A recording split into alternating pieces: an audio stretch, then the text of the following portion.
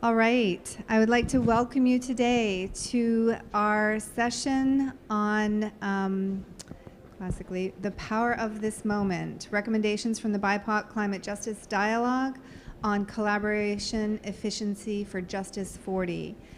We are joined today by exceptional scholars, activists, just amazing people doing the work in a number of different spaces, and we're going to have a context setting to begin with Felicia Davis, who's the director of the HBCU Green Fund and the North American Focal Point for Gender CC Women. Go ahead, Felicia. Is the mic on? Okay, great. Microphone check. So good morning and welcome to the Black, Indigenous, Asian Pacific, and Latinx and other people of color, cream and ivory, climate justice dialogue part 2.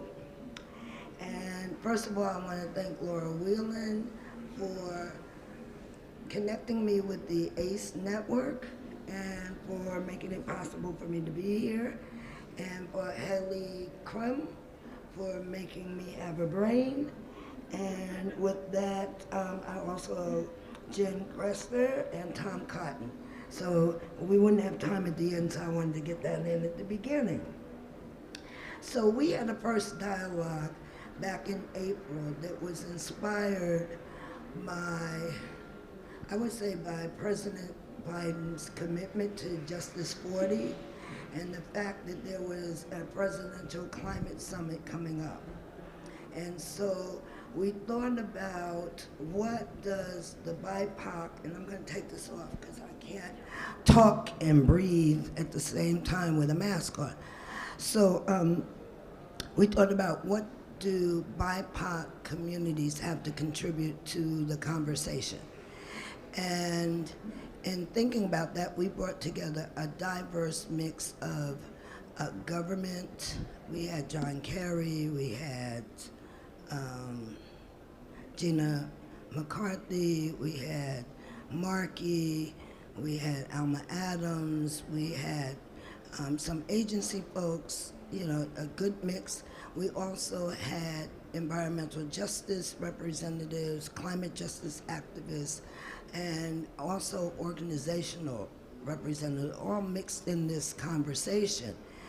But we were focused on what do BIPOC communities bring to the conversation. And in thinking about that and being here, my first COP was COP6 at The Hague 20 years ago. So here we are at COP26. And it occurs to me that how we go about solutions is based upon what our vision is and how we define the problem. And so people that come from BIPOC communities have a vision for justice that enables their communities to thrive. From other vantage points, climate change is about solving carbon or methane, making 1.5, 2.0, et cetera. For BIPOC communities, that's not the perspective.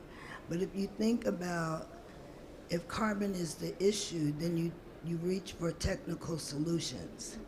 If justice, however, is the problem that enables you to exploit and extract and do damage, then you start from a different frame and you bring forth different solutions. And I think we're learning that it's people collectively that will solve the problem. So with that, since I also was here 20 years ago, I thought, hey, why don't I go back and see what did we say then? So I'm just going to flip back because my memory, and I'm not going to read the details, I'm just going to read what were the issues then.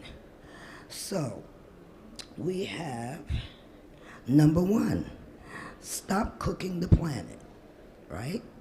Very simple, which of course stop emitting greenhouse gases. Number 2, protect and empower vulnerable individuals and communities. 3, ensure a just transition for workers and communities.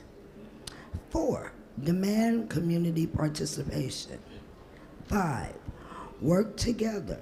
Global problems need global solutions. 6, solve the problem.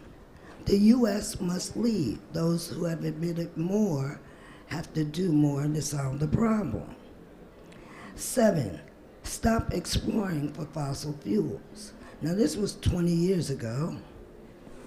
8, monitor domestic and international carbon markets. 9, take action today. Again, this was 20 years ago. And number 10, protect future generations. So BIPOC communities have come from this frame from the beginning. And when we started there, we had to even argue that justice needed to be a piece or a part of the frame. In fact, that our climate agenda had to be centered in justice.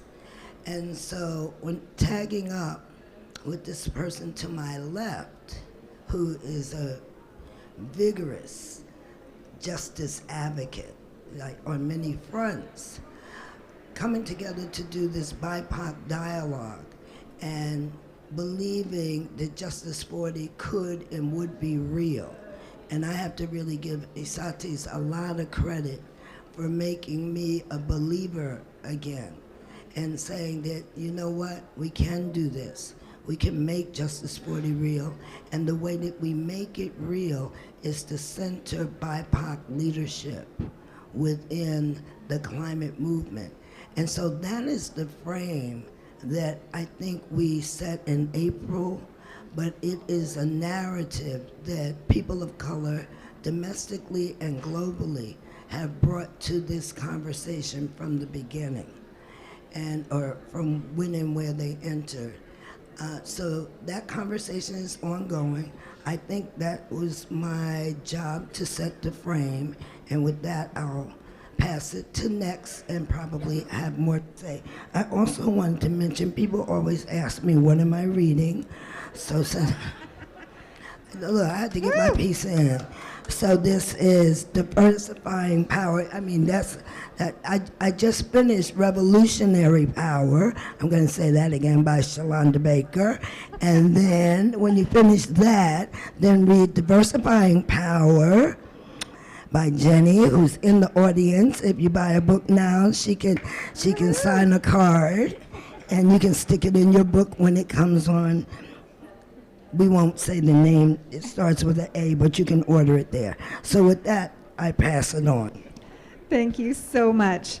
I have to carry books with me now, too. I was like, what am I reading right now?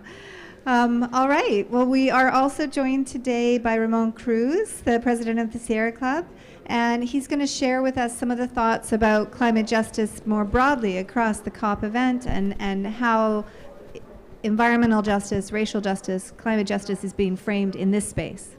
Okay, well, thank you very much for the invitation. Thank you for those recommendations. It's great to have Shalonda now in government, and you know, it's very encouraging now to have people like her in positions of decision-making positions. No, all right. Well, thanks a lot. Sorry for being this is like a labyrinth. So even though I spoke with in here last week, I still got lost coming in. So it takes a while. But yeah, thanks so much for the invitation to join.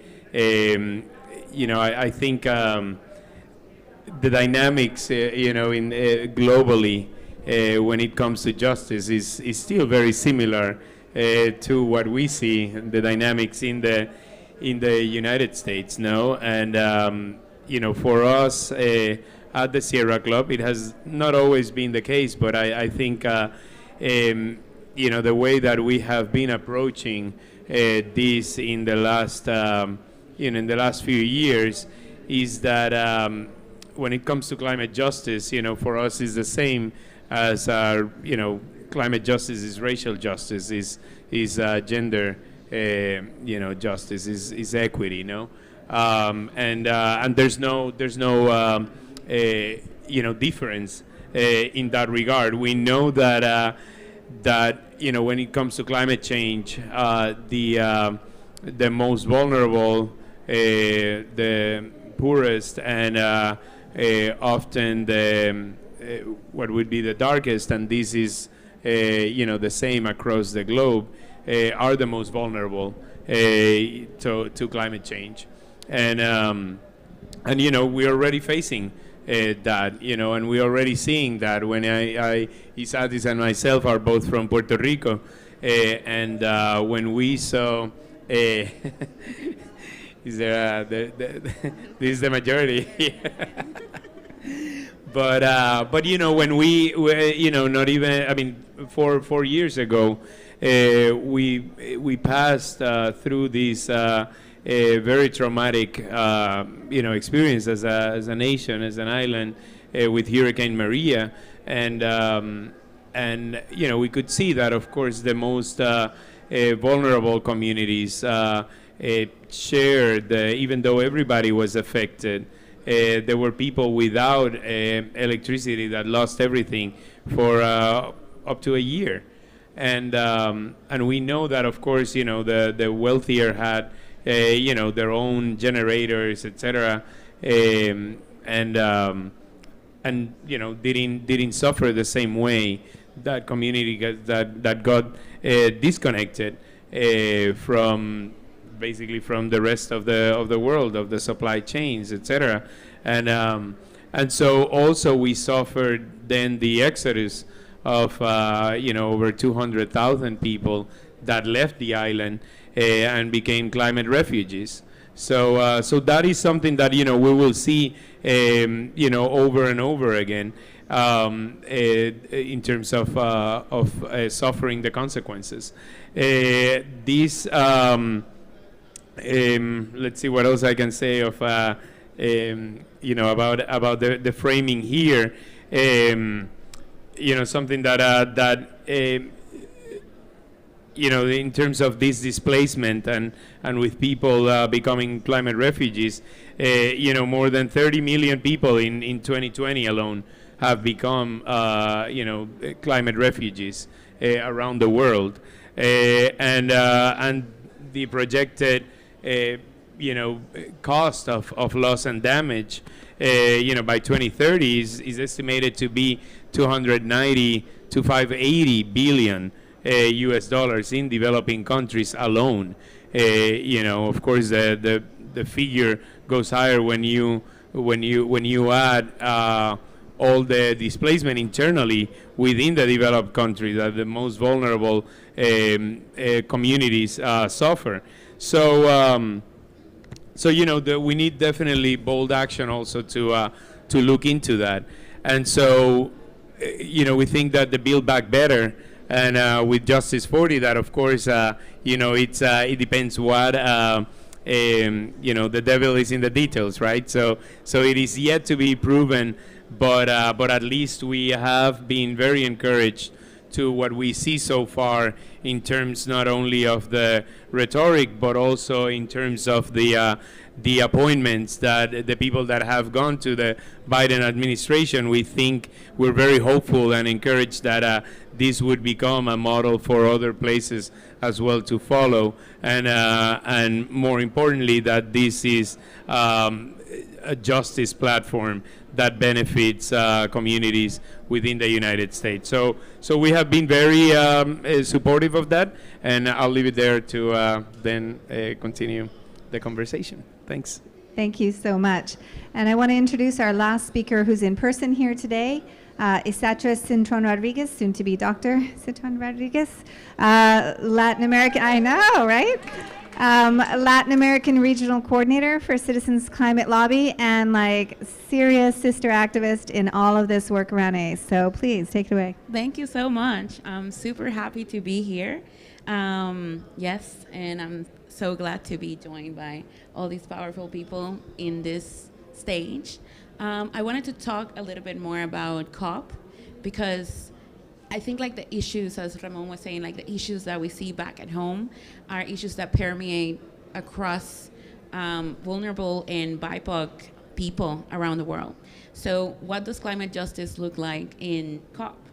So we heard a little bit about loss and damage. So that is part of the Paris Agreement that is meant to give back to people that, like what are those damages that we can no longer adapt to? Their losses, we are too far into like the climate crisis to address them. So countries and vulnerable communities need to be, they need to be retributed in order to be able to cope with the climate crisis. So when we're talking about climate justice, we're talking about participation. We're talking about participation both here at COP. Unfortunately, this has been one of the most exclusive COP due to, access, that is resources, that is visas, that is COVID requirements, but also access to the negotiating rooms here. Last week, we had Action for Climate Empowerment, which is what we mostly work in. And this article is normally characterized for a lot of participation from civil society. And because of like rushed timelines, civil society was not in the room, and Action for Climate Empowerment was passed without human rights being at the center of the work program, which is hugely problematic because we're talking about participation, we're talking about education, we're talking about access to information, and being the regional coordinator of Latin America, which is one of the continents that have most dangers for climate defenders. Human rights are super important to make sure that people have an avenue for safe participation. So that is only one of the things that we're losing when we don't have people on the table. But that is the same as everywhere else. Like, we need to center people, because when we're talking about climate, the things that we're talking here, what's underpinning them is people. It's like we're talking about survival of communities. I keep saying this, is like, I think that for me, climate action is on leave no island behind, because those are our front lines. And if we miss an island, like, we're failing on climate change and climate action. So here at COP, we need to be addressing the climate finance, but in the way that makes sense for climate vulnerable communities. And that is on loss and damage, but also finance that is accessible by low interest loans and grants. And we see a disparity between what communities are saying that they need and the climate finance that's being talked here. And that's not even going into how much has been pledged, but we have not reached that pledge. So that is kind of the avenue that we're seeing here, but that is the opportunity as well that we have to solve from here to Friday. So hopefully we get something like a breakthrough and get some climate justice embedded in the Glasgow package. That's terrific. Thank you so much. We're going to go to our first video here in a second. We have several people who made videos for us because they couldn't be here in person. Isatis gave the perfect lead-in for Elizabeth Wang, who's from the Donors of Color, to share some thinking. She is part of the climate working group inside the Donors of Color network, and we'll hear a few thoughts from her.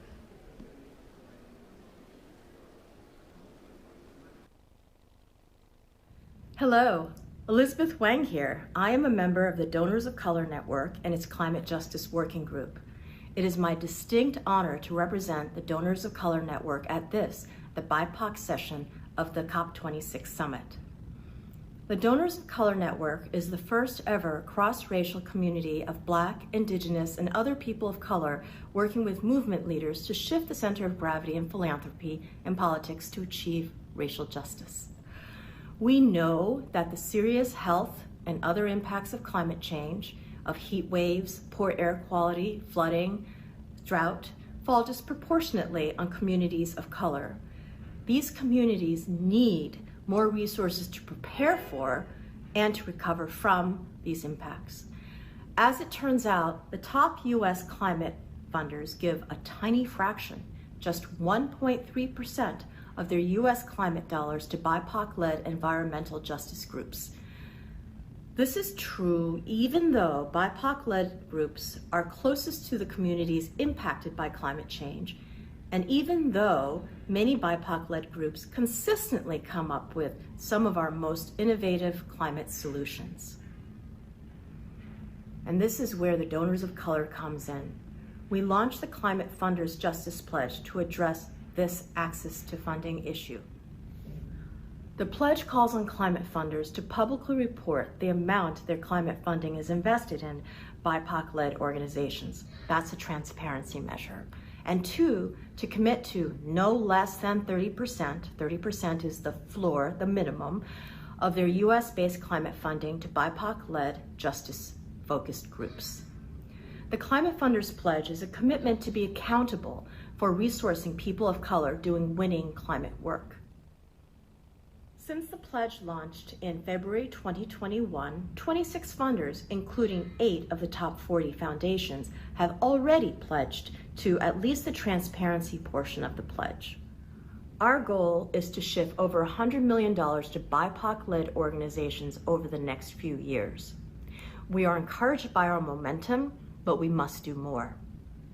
A critical message of COP26 is that we need all hands on deck if we're going to beat back climate change.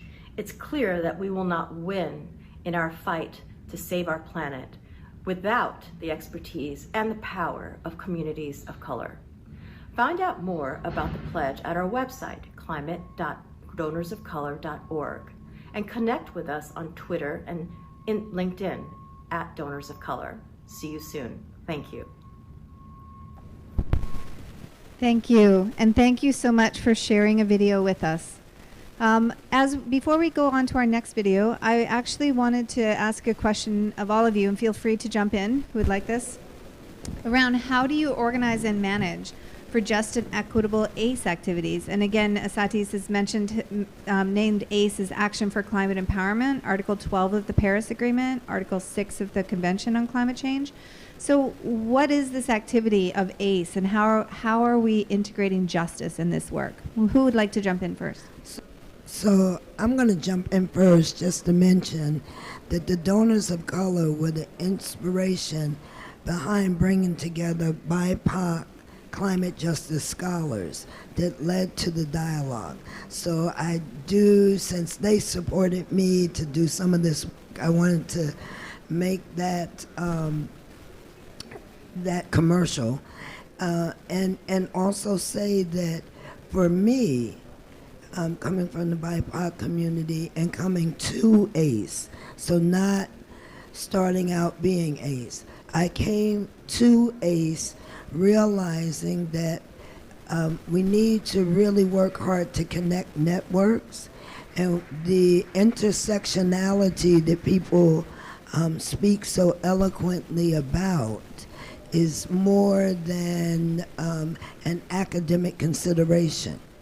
And so for me, Action for Climate Empowerment means very intentionally connecting robust networks and finding those points of intersection and then shining light on them. So, and within that context, thinking differently and far more broadly about what information means, what education means.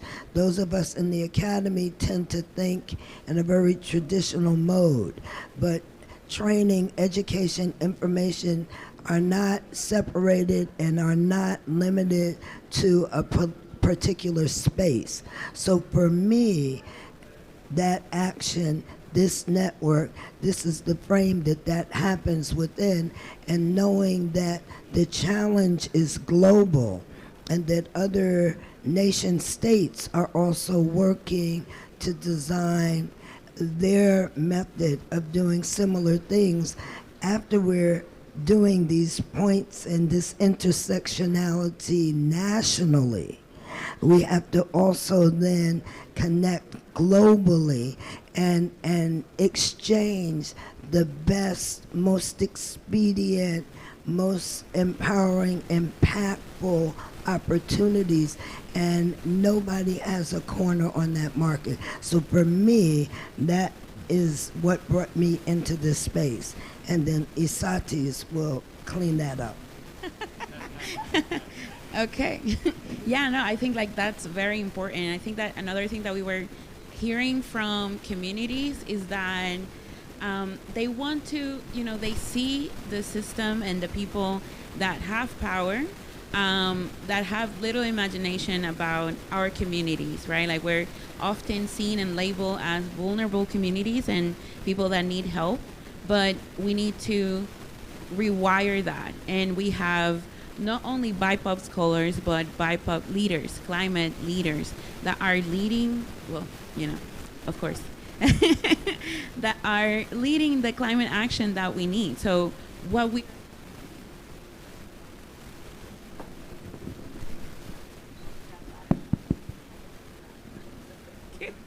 all right.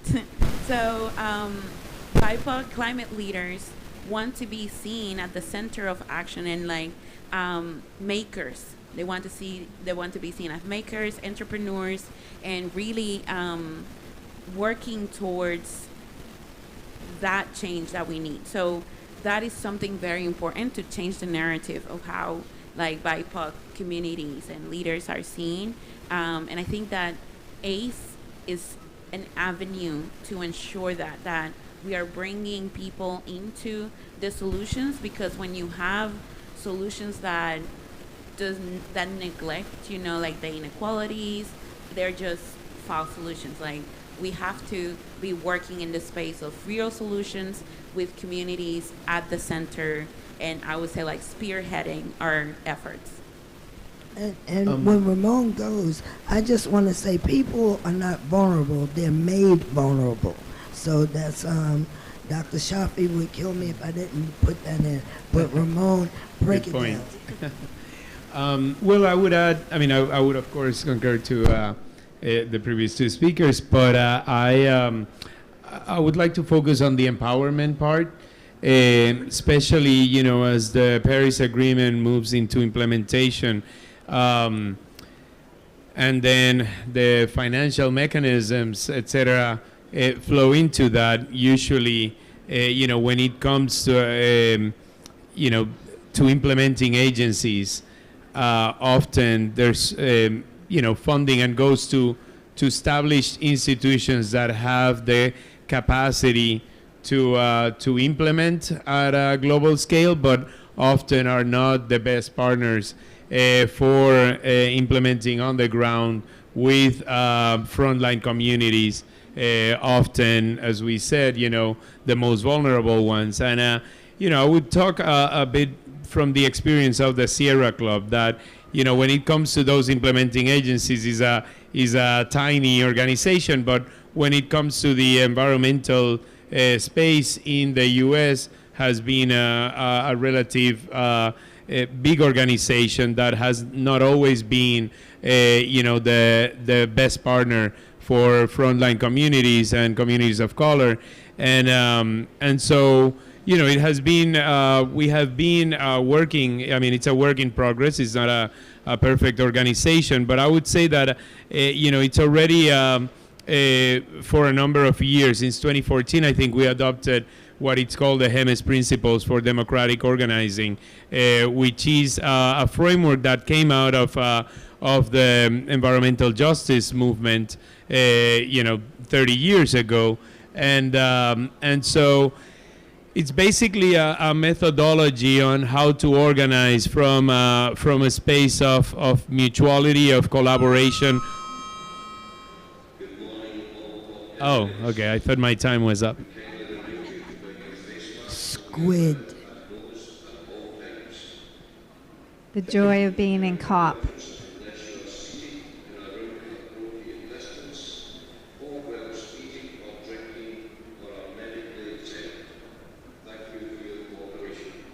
Okay. And now, after this announcement, we're going to hear again from Ramin Cruz. Well, so I was talking about the HEMES Principles for Democratic Organizing, and so basically it's communities have to have to start, have to,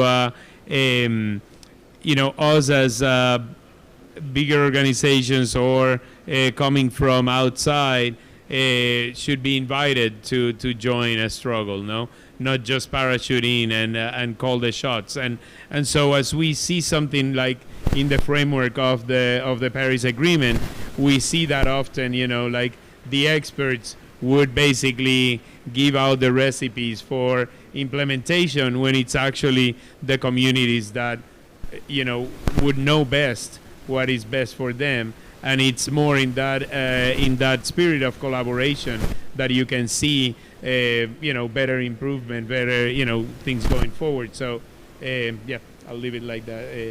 There. No, thank you very much. It's interesting because in the LCIPP, Daily Sambodora actually said something recently that also echoes what you just said, that communities, in her case, she was talking about Inuits in the Arctic, they absolutely have the resources, have the knowledge, have been doing the work, know what to be done, and resilience is caused because of oppression and because of not funding properly and those types of structures. So trying to figure that way through. Whoops, we have a technical challenge apparently. We're hearing that out here, just so you know.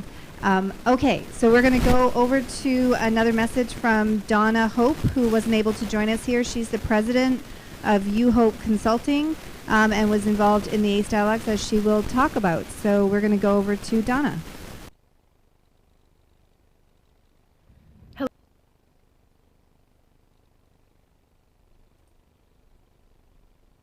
Hello, my name is Donna Hope. My gender pronouns are she, her, hers. And I'm recording this video from my hometown of Brooklyn, New York City, on ancestral Canarsie and Lenape territories. It is... Hello, my name is Donna Hope. My gender pronouns are she, her, hers. And I'm recording this video from my hometown of Brooklyn, New York City, on ancestral Canarsie and Lenape territories. It is an honor to join such a distinguished and accomplished panel of Black, Indigenous, people of color, climate, and environmental justice warriors. Thank you so much for inviting me. With my academic background in environmental engineering, I've worked in climatology, hydrology, public policy, sustainability, energy efficiency, food waste composting, and consulted in diversity, equity, and inclusion across many sectors of the environmental fields.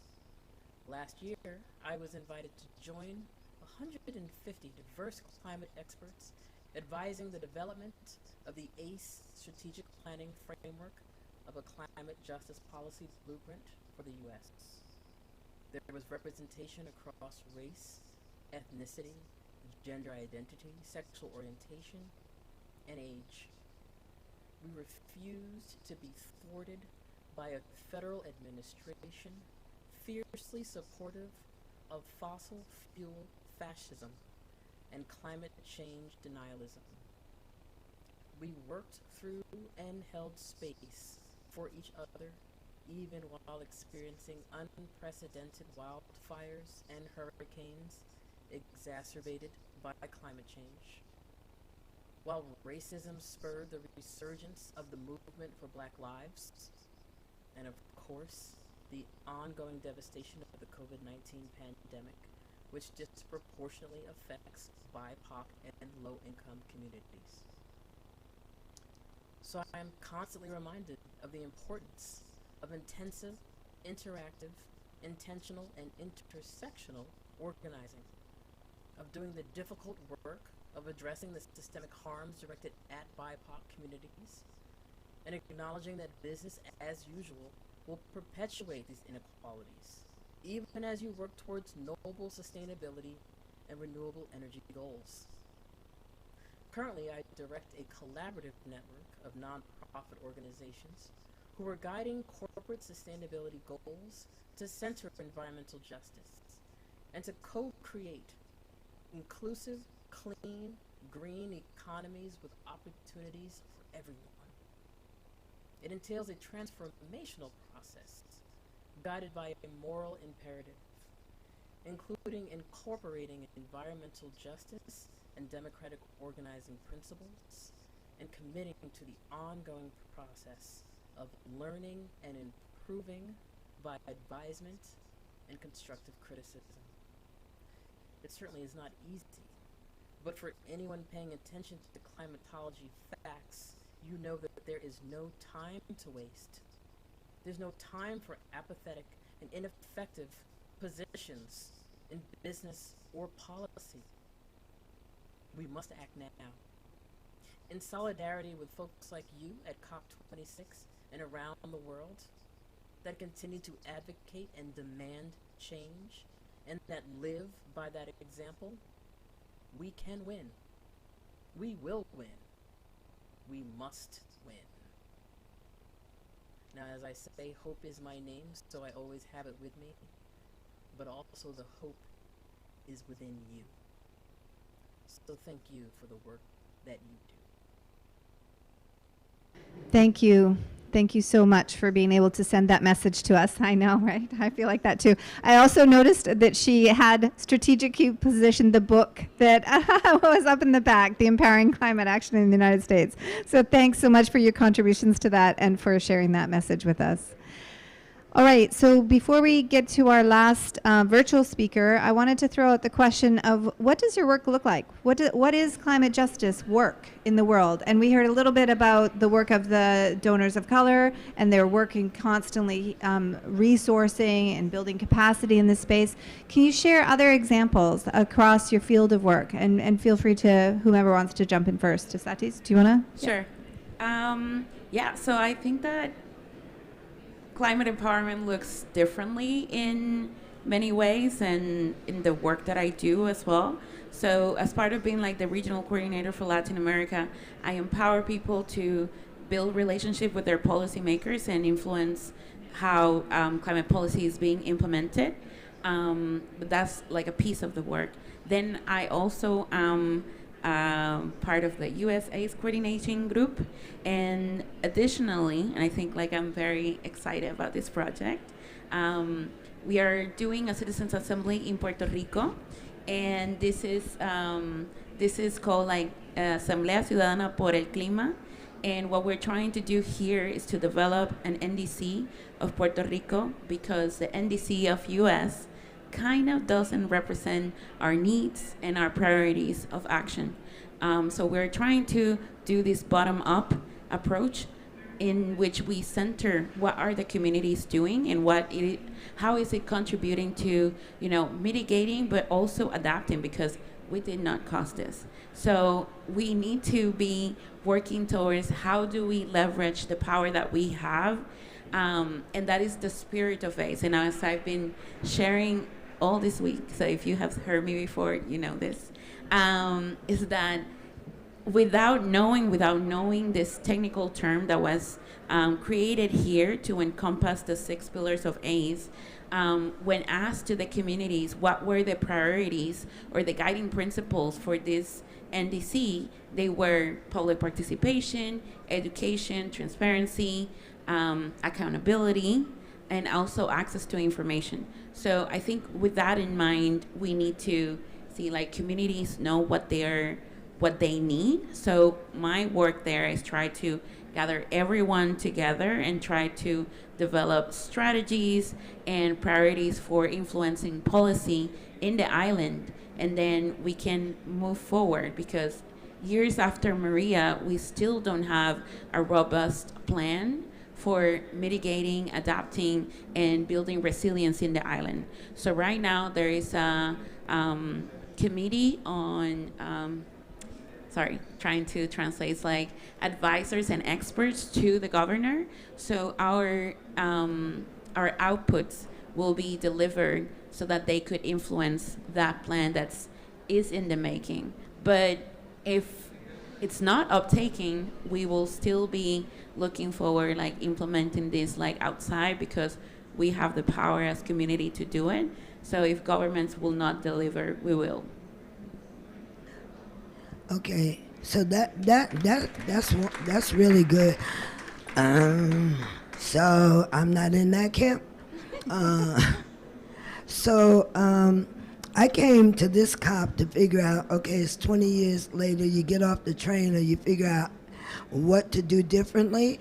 I arrived, the exhibits are bigger, better, brighter, more carbon intensive than when I left. And so I've decided that I'm going to try to bring 25 to 40 badass black women to the next COP. I'm going to press. I heard it would be Egypt, and last I checked, that's not the Middle East, but Africa. So I'm saying, okay, COP in Africa, let's say a prayer, Zoom, bring it in. Because you know what? Nice didn't get us anywhere. Following the rules, none, doing the lobbying, holding out, seeing, oh, so-and-so's getting ready to run over there, hey, we need to check the language, change it. It's time for some different direct action. And so going back, it means in the U.S., I've failed to convince many of the badass women that I hang out with that this is priority number one. So I'm going back to say, if you're a badass woman, BIPOC or ivory or cream, then you need to be on this agenda within whatever space and from whatever vantage point you work with. So that's where I am, because, and Ramon might tell me that more has gone on that I'd be happy about than I'm aware of, because I stayed away from the negotiations because I want to remain positive. But I'm feeling insufficient. If Isatis sits down as hard as she works and you tell me the bottom dropped out without human rights, we need to be able to reinforce you. So I commit to coming back and making sure you have more wind at your back than you had this time around. I don't care what it costs. We're going to be...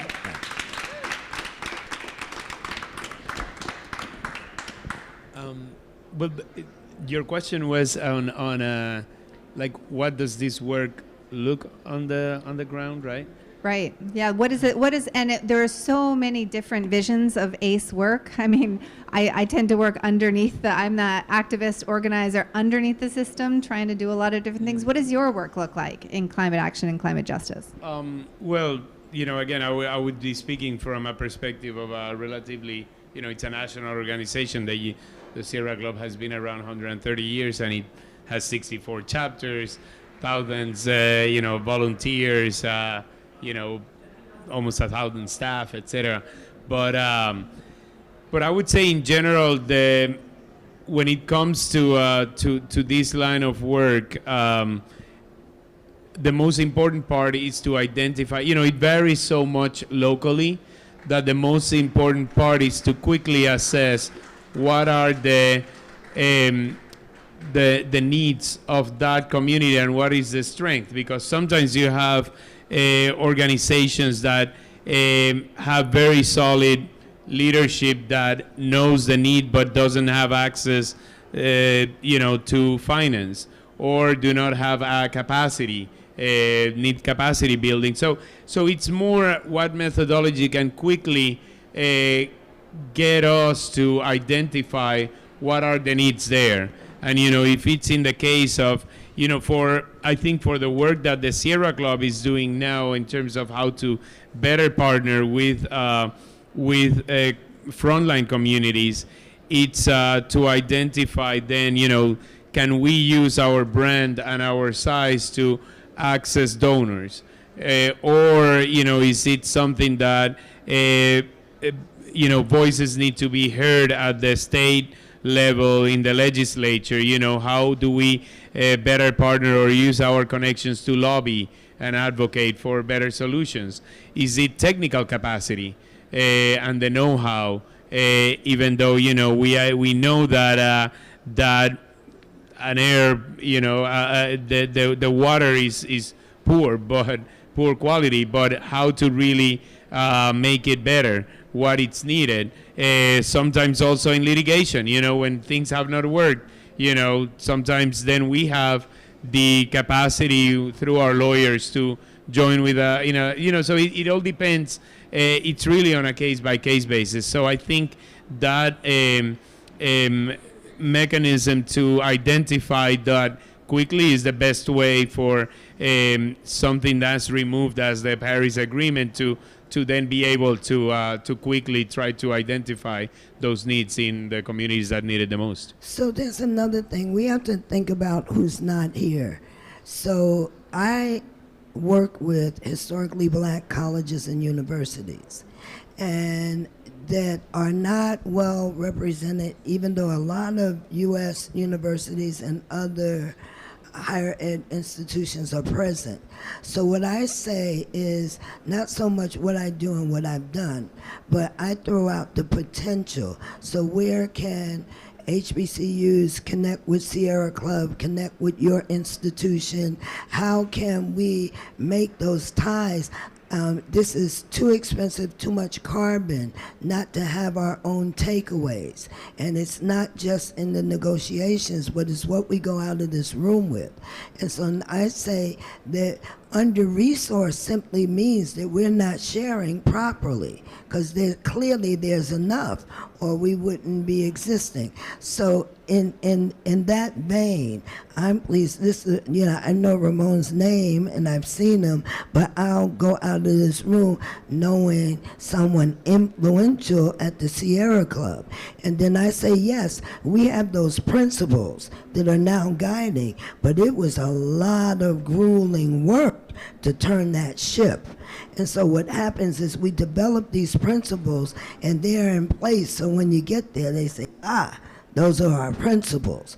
But along the way, we have to struggle together, and it is a struggle. So I keep jumping in, and I know I'm gonna have my sister Sherry coming on. But it's like this is the BIPOC session. So you see that I'm with BIPOC because B is first. And so I'm asserting because we need to get it done. And in the room, I'm looking around, how many sisters? There's 1, 2, 3, boom, bing, bang, right? This room, we need to be in a bigger space next time. We need to be all in next time. And this arena needs to understand this is where it is, right? Nobody needs to be walking past here.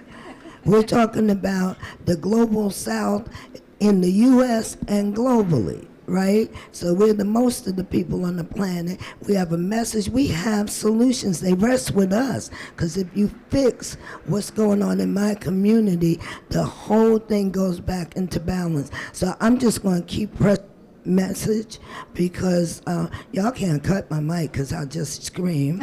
But we wouldn't dare. But it's just so important, and I'm just looking out and saying, don't leave out of the room. They might put us out, but even in the hallway, make sure we connect and exchange. If you don't have my card, get it. It's very cute. If I don't have your card, give it to me. If you don't have a card, email me. And I mean that for everybody, because this is all we've got to work with this solid. I'm going to relinquish. So thank you so much. Yeah. All right, we're going to go over to the video, our last video here with Sherry Mitchell. Sherry is a lawyer, the founding director of the Land Peace Foundation, and she will introduce herself. She's Wena Hamu Kwaset.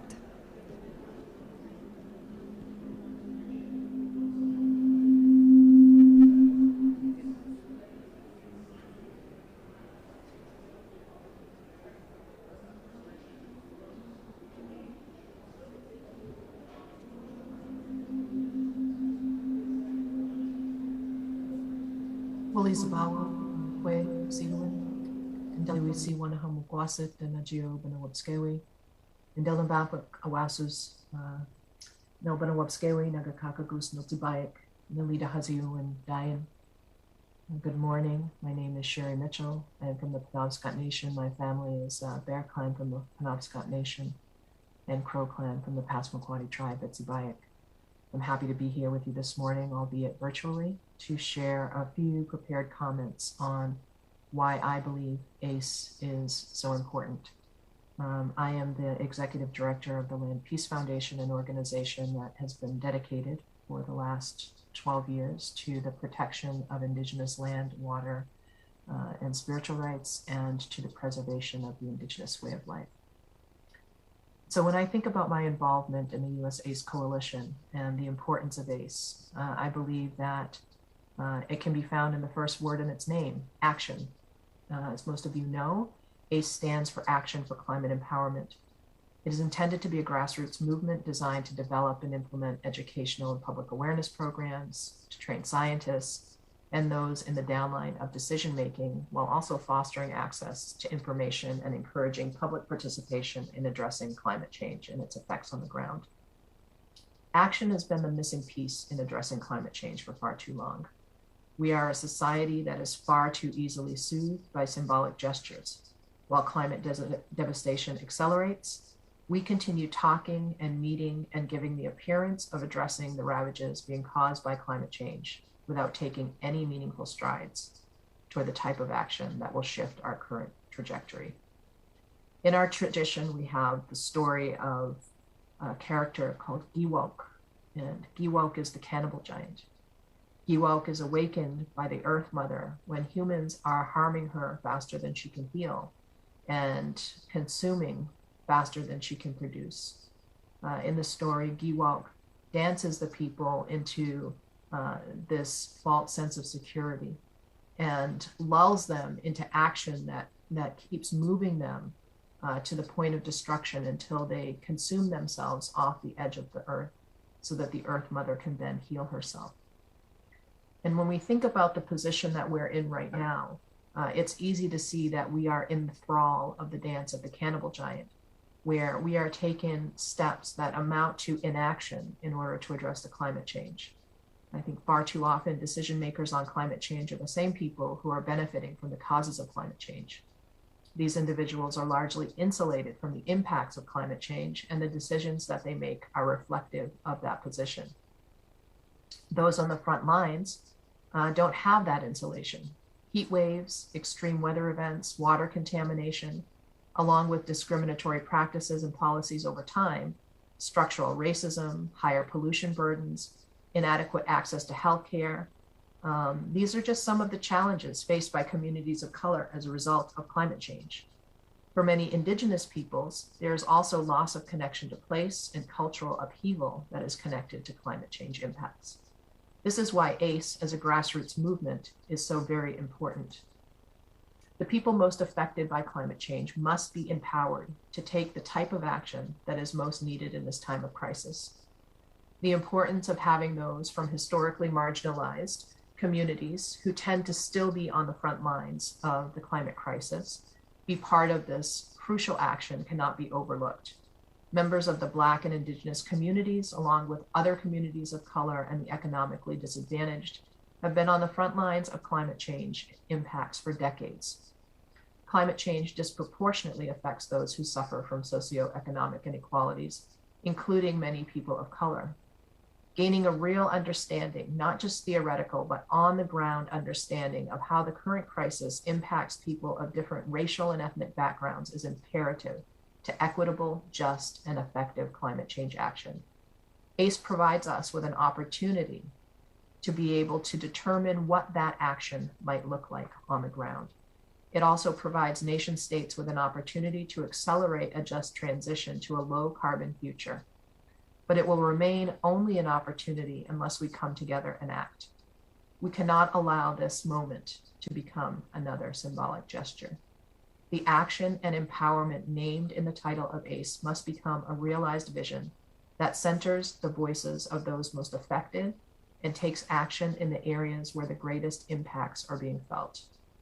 For decades, communities of color have purposely been constrained from responding to the impacts of climate change. This has prevented the inclusion of local knowledge being used to design climate solutions. Building alliances that center the voices of those most impacted and developing site-specific resources are critical components of climate resilience. It is well past time to expand the conversation around climate justice to ensure that all people, regardless of race, ethnicity, or socioeconomic status, are guaranteed protections from the worst effects of climate change. And we also must ensure that all people have a place at the table where climate change solutions are being mobilized so that the best solutions can be found for those who are most impacted. Thank you for giving me the opportunity to talk with you today. I wish I could be there with you all in person. And I hope that the rest of your talks today go very well. Kachiwa, everyone. Thank you. Thank you so much for sharing, Sherry, and for sending the video along. So we have another 5 minutes or so left, and I want to hand that over to Isatis and Felicia to share with us some of the recommendations from the BIPOC climate justice effort. Yeah, thank you so much for that. I think that something that is a great takeaway from what we're hearing today is that Action for Climate Empowerment is the way to drive and distribute climate prosperity. So we're making sure that we're training our next workforce and retraining the workforce that we have today so that they're ready to take on some of those opportunities that as we're enacting climate action. And also, it brings us a sense of legitimacy to climate action because communities are at the center, and then provides transparency and accountability. So on that note, there were 4 recommendations from the BIPOC Climate Justice Dialogue to try to really say to the administration, what is the best way? Like, how do we ensure that the implementation of Justice 40 is really ambitious and get to the ground? So I will share with you the recommendations. And the first one is allocate 40% of the investments, not the benefits, in all climate action directly to BIPOC-led projects and community. The second one is establish effective interagency coordination and government processes that incorporate the guidance and participation of BIPOC leadership. The third one is collaboratively create a system of transparency and accountability for requesting, awarding, and reporting of financial flows and resources under the Justice 40 initiative. Fourth, meaningfully engage environmental justice communities in the design of performance metrics for the environmental justice scorecard and the climate and economic justice screening tool. These are some instruments that were mentioned under the Justice 40 initiative. So I want to pick up there. Now that we have one infrastructure bill passed, from my perspective, the word that I think Ramon used, capacity building, right? So we're looking at Justice 40 and the recommendations that we had, which was from the perspective of the government has never pushed out large amounts of resources to those communities. So there's no pipeline. So that means the government has to build capacity to do something different. But in BIPOC communities, we have to build capacity to receive, execute, account for in some different ways. And so for speaking specifically for the Black community, we're looking in terms of anchor institutions. So colleges would be one, colleges and universities. But any anchor institution, Sierra Club potentially is an anchoring institution, having the capacity to move large amounts comparatively compared to the communities that you're in. The organization has a bigger capacity than the community. So we've been giving a lot of thought to what does it mean to scale and scale quickly. So that's one of the methods of scaling quickly is partnering and anchoring, because Sierra Club can account for hours. They can get it out quicker than the government. So that's an example because my colleague is sitting with me, but we have to think in those ways and rather quickly because things are starting to move. So we have the recommendations, we have the framework, but the time is now. We have to move now. And then we can have some big, bold demonstrations. So we have to really collectively say we're going to do a lot everywhere, but we're going to do some miraculous things some places, and we have to all be aligned in that effort and kind of look for where can we have dramatic restoration, because when people see it, they believe it, and I think that's really important. I know people are kind of lining up, so I'm not going to eat all the time. Thank you so much for that. We've been thinking about that a lot as well.